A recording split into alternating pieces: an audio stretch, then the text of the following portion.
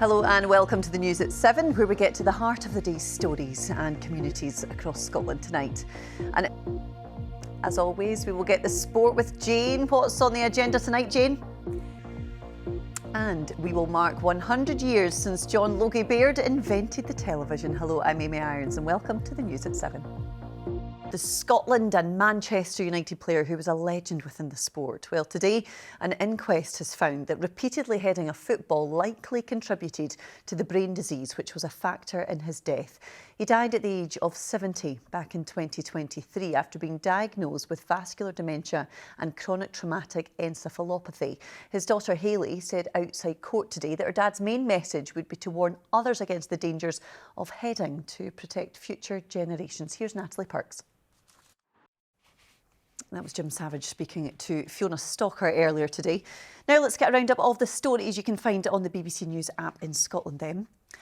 The inquiry into the Stonehaven rail crash has heard that lives were ripped apart. The derailment in 2020 caused the death of a driver, a conductor and a passenger. Police are investigating after a spate of vandalism across the Pentland Hills near Edinburgh, with a cafe and a children's charity centre suffering damage. And 91-year-old Norrie McIntosh is finally retiring after 25 years of volunteering service with Citizens Advice in Dumfries and Galloway. He wants others to follow in his footsteps. Well, that's quite a shift, isn't it? Well, for more information on all of these stories, you can scan that QR code on your screen. It'll take you straight to the BBC Scotland News app. There is plenty more for you there to explore. Now, we are going to be discussing something that you might find difficult, and that is the risk between gambling and suicidal behaviour. Researchers at Glasgow University has found the connection between the two is stronger than previously thought. Just over a third of highly engaged gamblers reported having suicidal ideation or thinking about suicide, and 27% said they'd made an attempt on their own life. The risk was found to be gambled across platforms, whether it was online or in-person machines. Earlier, I spoke to Heather Wardle from Glasgow Uni, who's still to come. We will see how the weather's looking with Christopher, and we'll look at 100 years of the great Scottish invention that is the television. But before all of that, it's sport time with Jane, and I'm guessing it's been another busy day for you, Jane. Lots happening. We spoke earlier on to the Vice-Captain, Simon Cross, and he says that they're up for it and they're ready, so fingers crossed. Good luck to them. Yes, we'll be watching on, definitely. Thank you so much. Now, it's a scheme that's already up and running in Ireland, a guaranteed monthly payment of around €1,300 to help support artists do what they do, no strings attached. The Scottish Government says it's now looking at whether something similar could work here.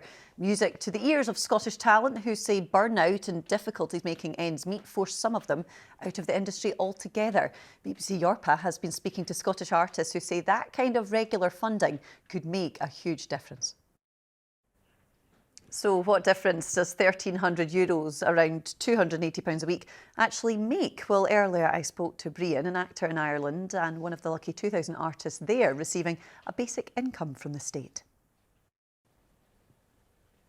Now, the Gogglebox, the Tube, the Liza Minnelli, whatever you call it, today is the television's 100th birthday. And it was, of course, invented by a Scotsman. Helensborough's very own inventor, John Logie Baird, did his first successful test on the 26th of January 1926. And we've been watching ever since. Graham Stewart has more for us.